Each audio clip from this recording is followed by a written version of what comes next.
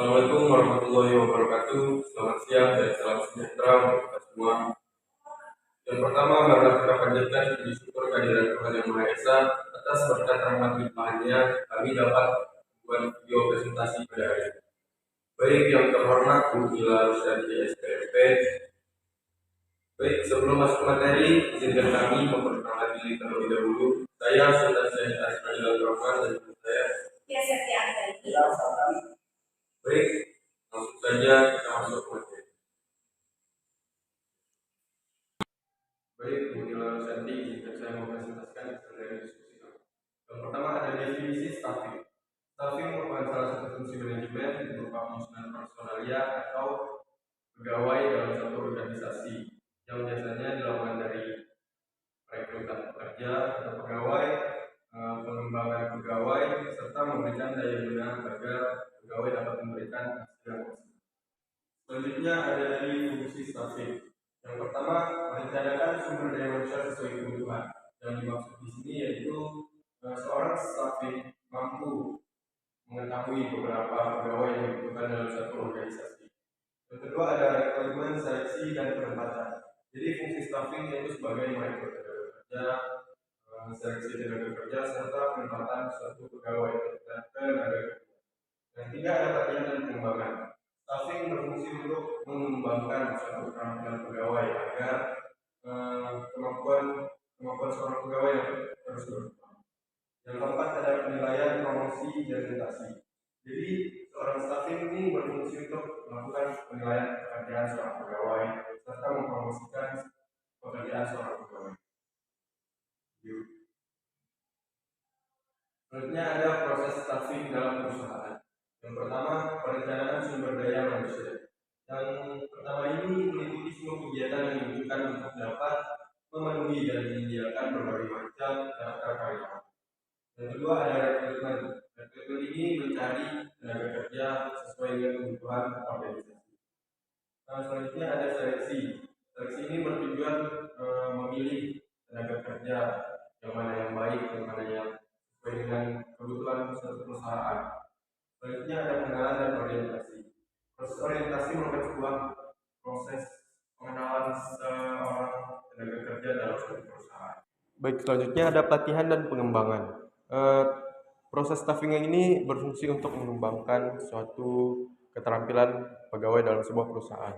Yang selanjutnya ada penilaian kerja. Jadi staffing ini berfungsi untuk menilai suatu kerja pegawai yang telah dikerjakan. Selanjutnya pemberian jasa dan penghargaan. Jadi setiap pegawai menyelesaikan suatu pekerjaan itu harus diberikan sebuah penghargaan agar pegawai tersebut semangat dalam melakukan pekerjaan. Selanjutnya ada perencanaan dan pengembangan karir. Jadi jika seorang pegawai dapat melaksanakan tugasnya dengan baik, seorang staffing harus memikirkan bagaimana kelanjutan dari seorang pegawai tersebut untuk mengembangkannya lebih jauh. Baik, selanjutnya ada cara memperoleh pegawai. Yang pertama, tawarkan jenjang karir yang jelas. Jadi seorang pegawai tertarik jika karir yang dijalaninya itu jelas ke depannya. Yang kedua, pastikan lingkungan kerja. Jadi yang kedua ini harus membuat seorang pegawai itu merasa lingkungan kerjanya itu aman dan nyaman sehingga dapat melaksanakan proses kerja dengan baik dan maksimal. Yang ketiga, berikan fleksibilitas waktu kerja. Yang ketiga ini bertujuan agar seorang pegawai tidak merasa tertekan dalam melaksanakan suatu pekerjaannya. Selanjutnya, sediakan fasilitas kerja yang memadai agar seorang pegawai dapat merasa nyaman dalam melaksanakan pekerjaan yang dikerjakannya. Selanjutnya, berikan jaminan kesejahteraan.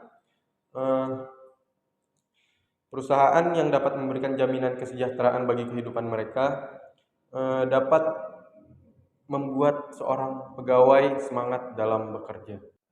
Selanjutnya ada cara-cara memajukan pegawai. Yang pertama, berkomunikasi dengan karyawan.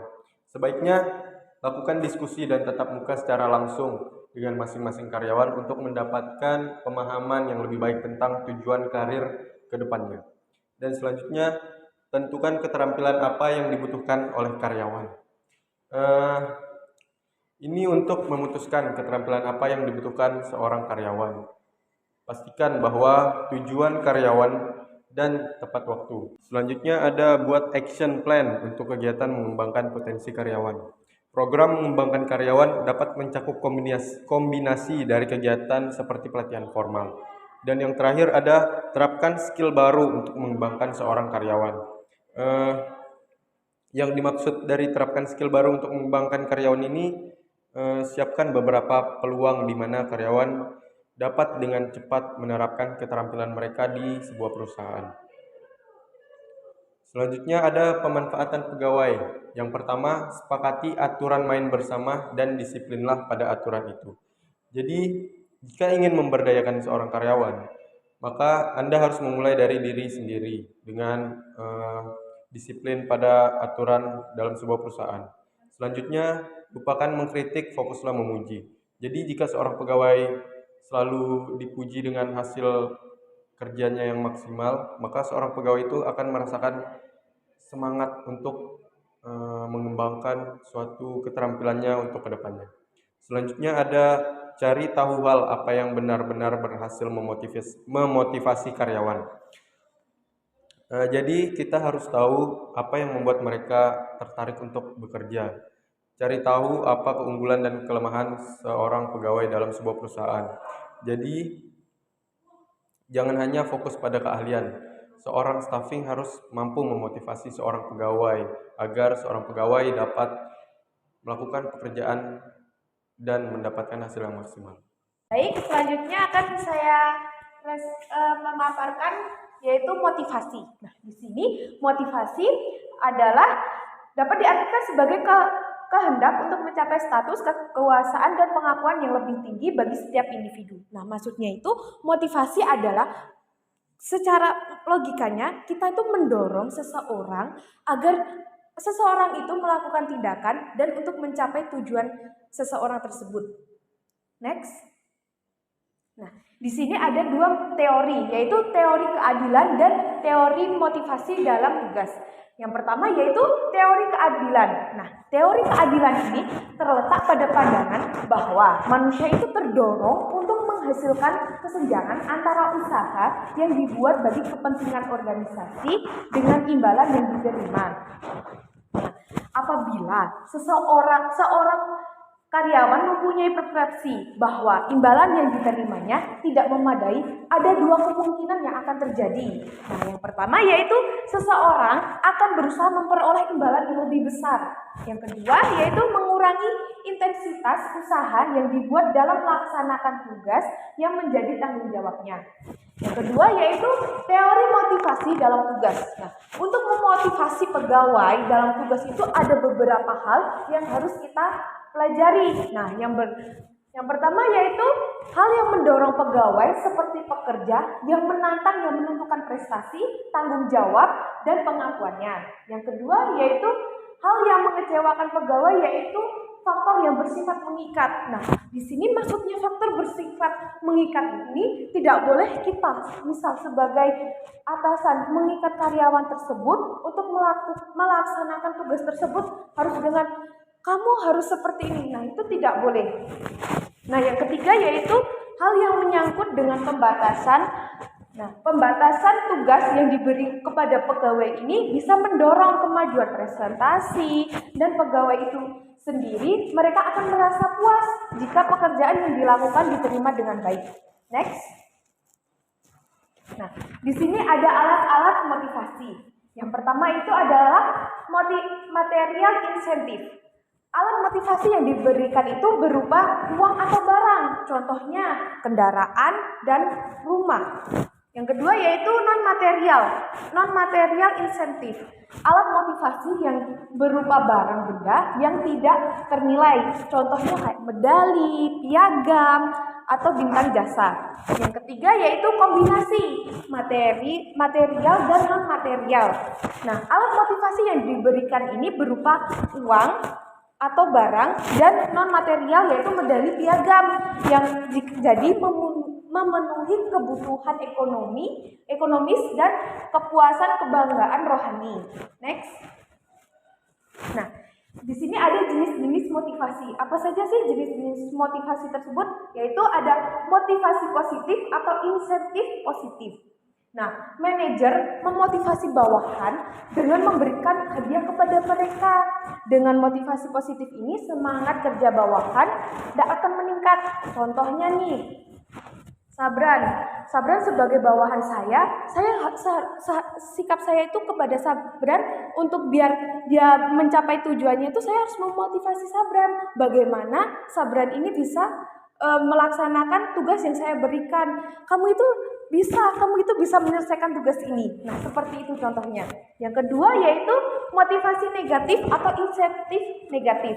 Nah, manajer memotivasi bawahannya dengan memberikan hukuman kepada mereka pekerjaannya yang kurang baik atau presentasinya rendah. Dengan memotivasi negatif ini, semangat kerja bawahan dalam jangka waktu pendek akan meningkat karena mereka pasti merasa takut. Tetapi untuk waktu jangka panjang dapat berakibat kurang baik. Nah, contohnya nih, si Sabran, dia ketika saya memberikan tugas, dia tidak melaksanakan dengan baik.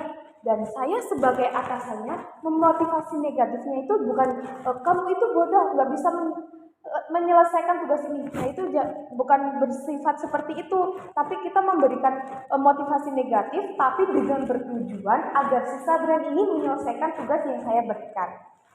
Next.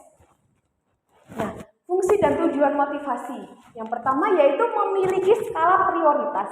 Nah, bagaimana Anda yang memiliki motivasi akan lebih pintar dalam membedakan kegiatan yang penting serta mana yang tidak penting. Nah, misalnya ini di dalam sebuah organisasi.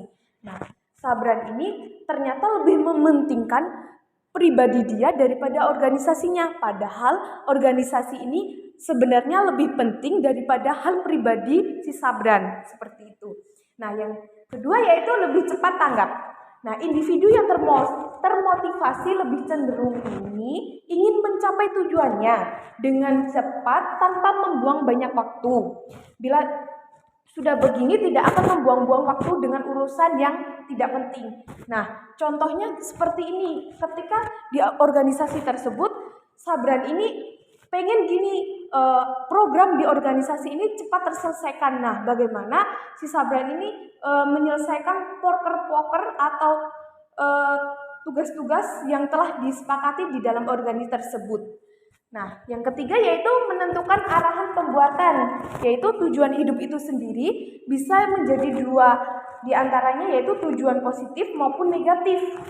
Anda tentu bisa membedakan ya mana yang baik dan mana yang buruk. Contohnya nih, motivasi yang baik. Sabran ini memotivasi si Sultan.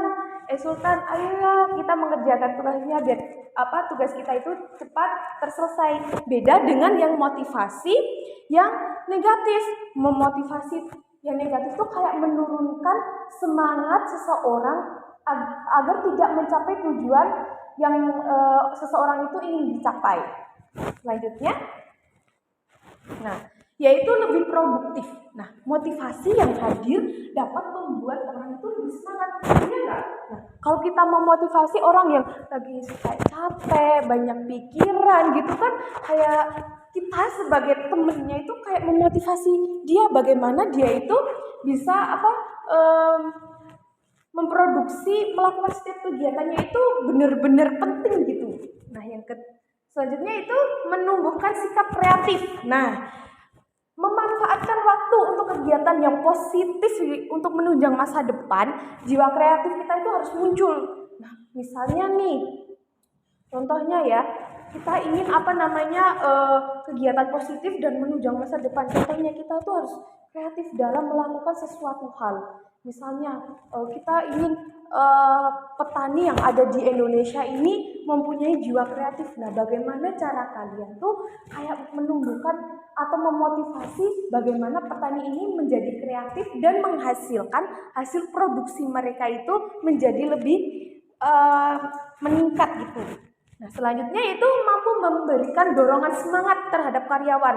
Nah, seorang atasan sangatlah penting untuk mendorong karyawannya, untuk mendorong semangat karyawan terhadap pekerjaan yang telah diberikan. Nah, seorang pengusaha itu harus memiliki motivasi tinggi, tentu harus bersikap kompeten. Nah, disiplin dan bekerja keras. Selanjutnya itu memiliki rasa tanggung jawab tinggi. Nah, sikap tugas penting ini akan selalu didahulukan di atas kepentingan lain. Hal itu membuat Anda akan dikenal sebagai seorang yang bertanggung jawab akan tugas dan kewajibannya. Nah, kita sebagai sebagai bawahan atau karyawan harus memiliki sikap tanggung jawab yang tinggi, yaitu maksudnya kita bertanggung jawab dengan tugas yang telah diberikan oleh atasan kita, dan kita itu harus benar-benar mengambil resiko itu, dan kita mempertanggungjawabkan. Ketika kita mengambil resiko itu berarti kita harus benar-benar mempertanggungjawabkan perbuatan yang telah kita lakukan. Next. Baiklah, di sini saya akan melanjutkan paparan materi dari teman saya tadi di sini saya akan menjelaskan tentang definisi leading dan controlling. Definisi leading atau kepemimpinan merupakan kemampuan seorang untuk mempengaruhi orang lain sehingga orang tersebut dengan penuh semangat untuk mencapai tujuan atau perilaku dan sikap, dan untuk mempengaruhi para bawahannya agar mereka mampu bekerja sama sehingga bekerja secara efektif dan efisien. Definisi controlling. Controlling merupakan suatu proses pengamatan atau pengawasan terhadap pelaksanaan semua kegiatan organisasi yang ada untuk menjamin supaya pekerjaan yang ada di dalam organisasi tersebut sesuai dengan rencana yang telah ditentukan. Selanjutnya, fungsi leading. Fungsi leading yaitu agar para anggota atau karyawan yang ada di dalam perusahaan tersebut bisa bekerja sama untuk mencapai sasaran perusahaan. Seorang manajer harus bisa menuntun, mengarahkan, menggerakkan, memotivasi, dan mempengaruhi para bawahannya agar bisa melaksanakan tugas-tugasnya dengan baik sesuai dengan ketentuan yang telah ditentukan oleh perusahaan. Lanjut. Fungsi controlling. Adapun fungsi controlling yaitu untuk pengendalian. Controlling merupakan penghimpunan informasi-informasi yang digunakan untuk melakukan pengukuran terhadap kinerja perusahaan, mengevaluasi keberhasilan dan mencapai tujuan dan juga target sesuai dengan indikator yang ditetapkan. Ketiga, menjalankan berbagai alternatif solusi terhadap berbagai masalah yang berhubungan dengan pencapaian tujuan perusahaan.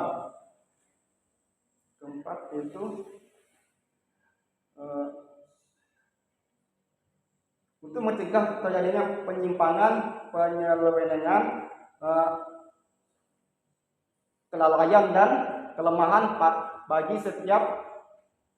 setiap karyawan yang nantinya mungkin bisa menyebabkan kerugian pada perusahaan yang tidak diinginkan oleh perusahaan tersebut. Ini adalah daftar pustaka atau sumber-sumber yang kami referensi. Baik, cukup sampai sini saja presentasi kami. Kurang lebihnya mohon maaf. Wassalamualaikum warahmatullahi wabarakatuh.